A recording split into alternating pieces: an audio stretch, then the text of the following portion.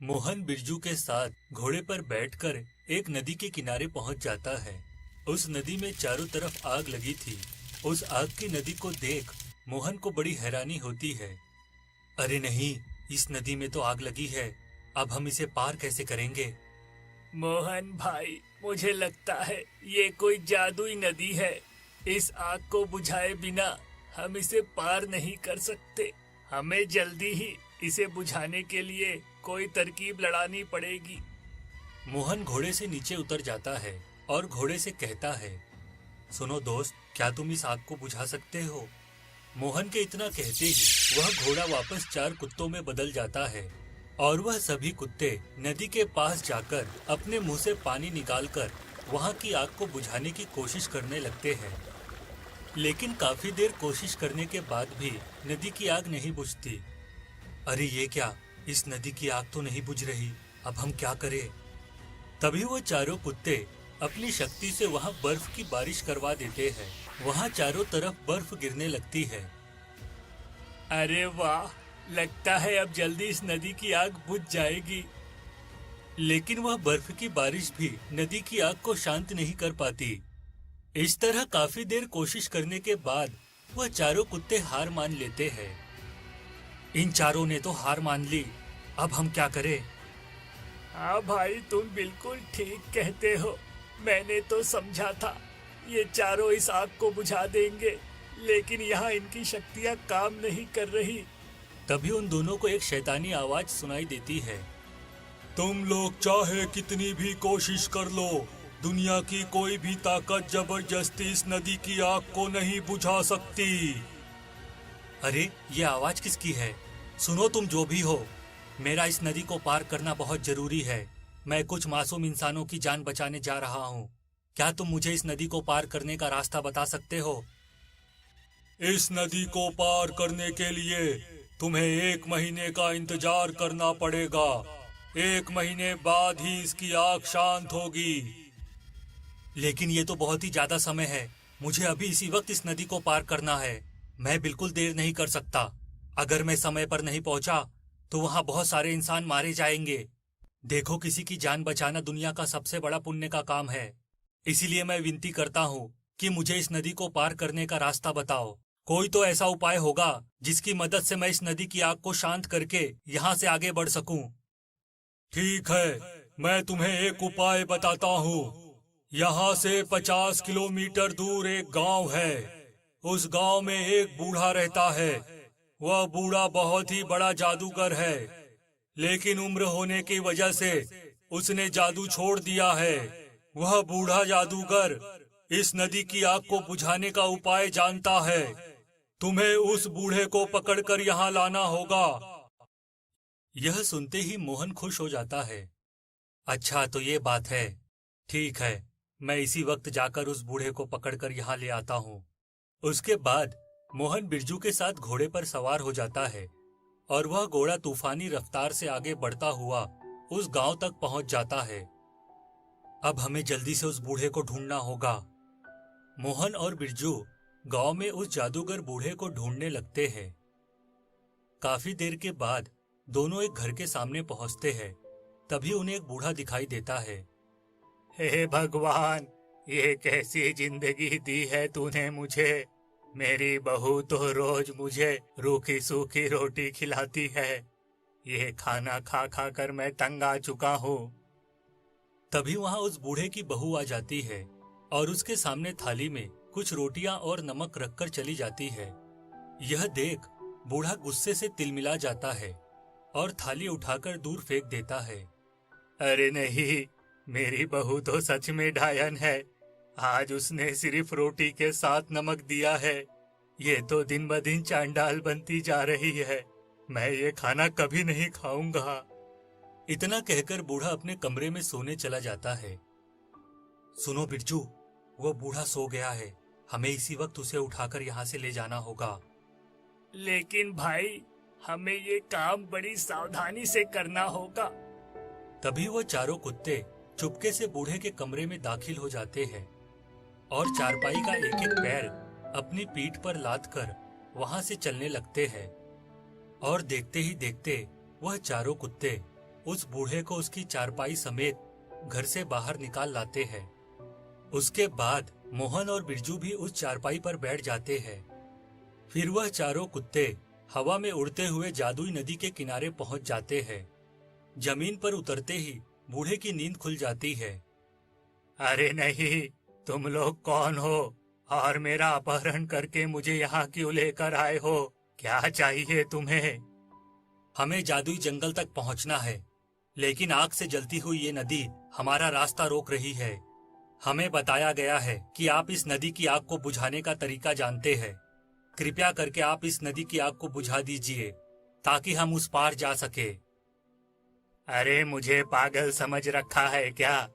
इस आग को बुझाकर मैं तुम्हें नदी तो पार करा दूंगा, लेकिन उसके बदले मुझे क्या मिलेगा? आपको जो भी चाहिए मैं आपको देने के लिए तैयार हूँ। कहिए आपको क्या चाहिए? मेरी तो बस एक ही ख्वाहिश है कि मुझे रोज अच्छा अच्छा खाना खाने को मिले। बस इतना ही। अच्छे खाने के सिवा मुझे और कुछ नहीं चाहिए। ठीक है बाबा जी, मैं आपकी ये ख्वाहिश अभी पूरी किए देता हूँ। सुनो दोस्तों, मैं चाहता हूँ कि तुम चारों अपनी शक्ति से यहाँ एक जादुई चूल्हा प्रकट कर दो जिसमें से मनचाहा खाना मिल सके। मोहन के इतना कहते ही उन चारों कुत्तों की आंखों से एक तेज रोशनी निकलती है और वहाँ एक जादुई चूल्हा प्रकट हो जाता है। ये देखिए बाबा जी, ये एक जादुई चूल्हा है। इस चूल्हे की मदद से आप अपना मनपसंद खाना हासिल कर सकते हैं। ठीक है बेटा, लेकिन मैं पहले इस जादुई चूल्हे को आजमाना चाहता हूँ। सुनो जादुई चूल्हे, मुझे एक बहुत बड़ा पिज्जा और एक बर्गर चाहिए, साथ में एक ठंडी कोल्ड ड्रिंक की बोतल भी। अरे, लगता है इस बूढ़े को खाने का बहुत शौक है। बूढ़े की बात सुनते ही वह जादुई चूल्हा वहाँ एक बड़ा पिज्जा, बर्गर और एक बड़ी ठंडी कोल्ड ड्रिंक की बोतल प्रकट कर देता है। यह देख वह बूढ़ा खुश होकर उछल पड़ता है। अरे वाह, ये तो कमाल हो गया। उसके बाद देखते ही देखते वह बूढ़ा सारा खाना खाकर खत्म कर देता है। मजा आ गया। सच में कितना स्वादिष्ट खाना था बेटा। चलो अब मैं तुम्हें इस आग को बुझाने का तरीका बताता हूँ।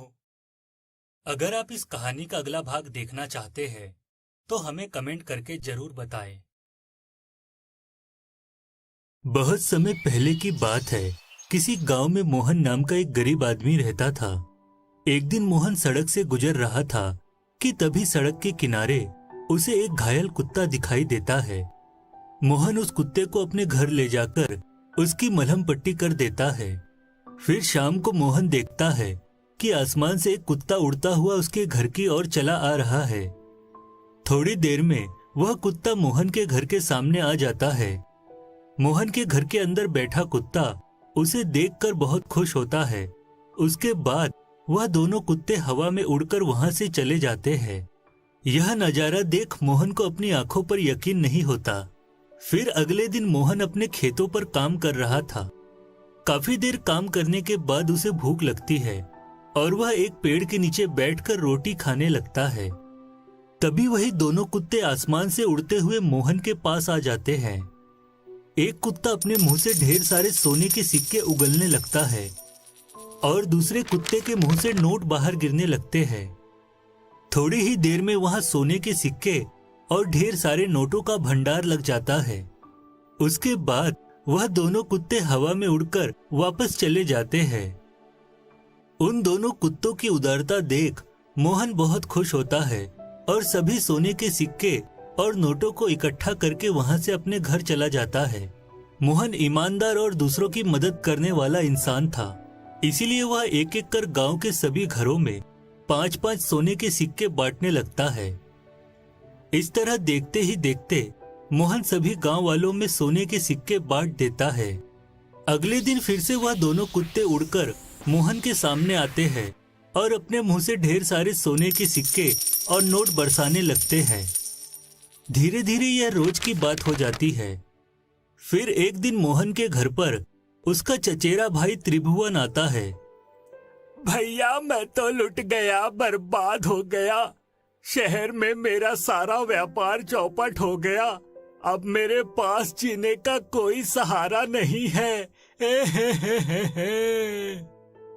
अरे ये तो बहुत बुरा हुआ, लेकिन तुम चिंता मत करो। आज से तुम मेरे साथ यहीं रहोगे। तुम्हें कभी किसी बात की कोई तकलीफ नहीं होगी। तभी मोहन का आलीशान घर देख त्रिभुवन हक्का बक्का रह जाता है। अरे ये मोहन तो बहुत ही पैसे वाला बन गया है। लगता है मैं बिल्कुल सही जगह आया हूँ। फिर अगले दिन हमेशा की तरह मोहन उन दोनों कुत्तों के द्वारा दिए गए सोने के सिक्के और नोट लेकर घर आ जाता है। यह देख त्रिभुवन को बड़ी हैरानी होती है। अरे भैया, तुम इतने सारे सोने के सिक्के और नोट कहाँ से लेकर आए हो? मोहन कभी झूठ नहीं बोलता था, इसीलिए वह त्रिभुवन को सारी बात बता देता है। फिर अगले दिन मोहन का पीछा करते हुए त्रिभुवन उसके खेत तक पहुंच जाता है और एक बड़ा सा जाल लेकर पेड़ के पीछे छुपकर उन दोनों कुत्तों के आने का इंतजार करने लगता है। थोड़ी देर के बाद वे दोनों कुत्ते हवा में उड़ते हुए मोहन के पास आ जाते हैं। तभी मौका देखकर त्रिभुवन उन दोनों के ऊपर जाल फेंककर उन्हें पकड़ लेता है। हा हा हा हा हा हा। अब मैं दोनों कुत्तों को अपने साथ शहर ले जाऊंगा। उसके बाद मैं इन दोनों से सोने के सिक्के और नोट लेकर करोड़पति बनकर राजा की जिंदगी जीऊंगा। त्रिभुवन की इस हरकत पर मोहन को बहुत गुस्सा आता है। तू तो बहुत ही लालची और मतलबी निकला। देख, सीधी तरह इन दोनों कुत्तों को आजाद कर दे, वरना मुझसे बुरा कोई नहीं होगा।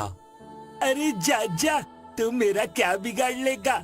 तू यहाँ से चला जा, वरना अगर मेरा दिमाग खराब हो गया तो मैं तुझे जान से मार दूंगा। तू मुझे नहीं जानता। शहर की जेल में मैं 2 साल की सजा काट कर आया हूँ। लेकिन मोहन त्रिभुवन की धमकी से नहीं डरता और वह उन दोनों कुत्तों को आजाद कराने के लिए उसके साथ हाथापाई शुरू कर देता है। तभी त्रिभुवन अपने जेब से एक बड़ा चाकू निकालकर मोहन पर वार करना शुरू कर देता है और देखते ही देखते मोहन बुरी तरह घायल हो जाता है और थोड़ी ही देर में अपने प्राण त्याग देता है। हा हा हा हा हा। बड़ा आया था मुझसे उलझने। जा बच्चू, आखिर मारा गया ना। अब मैं इसकी लाश को इसी जमीन में दफना देता हूँ ताकि किसी को इसके बारे में कानो कान खबर ना हो। फिर त्रिभुवन जमीन में एक बड़ा सा गड्ढा खोदकर मोहन की लाश को उसमें दफना देता है। त्रिभुवन उन दोनों कुत्तों को बांधकर वहां से ले जाता है।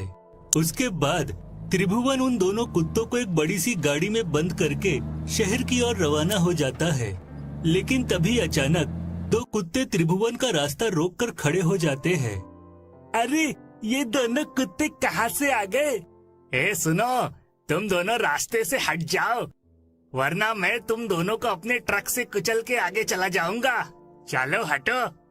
तभी उनमें से एक कुत्ता अपनी पूंछ को बड़ी करके त्रिभुवन को पकड़ लेता है और उसे जोर जोर से जमीन पर पटकने लगता है। अरे नहीं, अरे कोई बचाओ मुझे। तभी दूसरे कुत्ते की आंख से तेज रोशनी निकलने लगती है और वह ट्रक को काटकर 2 टुकड़ों में अलग कर देती है। इस तरह ट्रक के अंदर कैद दोनों कुत्ते आजाद होकर बाहर निकल आते हैं। चारों कुत्तों को अपने सामने देख त्रिभुवन घबराकर वहां से भाग जाता है। उसके बाद चारों कुत्ते हवा में उड़ते हुए मोहन के खेत में पहुंच जाते हैं। तीसरे नंबर का कुत्ता जमीन खोदकर मोहन की लाश को बाहर निकाल लेता है। उसके बाद चौथे नंबर का कुत्ता अपनी आंखों से निकलने वाली रोशनी से एक एक कर मोहन के शरीर के सारे जख्मों को भरकर उसे फिर से जिंदा कर देता है। फिर वह चारों कुत्ते मोहन को उसके घर पहुंचाकर हवा में उड़कर वहां से गायब हो जाते हैं। दूसरी तरफ रात होते ही त्रिभुवन मोहन के घर में रखे सोने के सिक्के चुराने वहां पहुंच जाता है। लेकिन तभी मोहन को जिंदा देख उसकी आंखें फटी की फटी रह जाती है। अरे मैंने तो इस मोहन को जान से मारकर जमीन में गाड़ दिया था, फिर ये जिंदा कैसे हो गया? लगता है उन्हीं चारों जादुई कुत्तों ने इसे जिंदा किया है। इसका मतलब वह जादुई कुत्ते मौत पर भी विजय पा सकते हैं।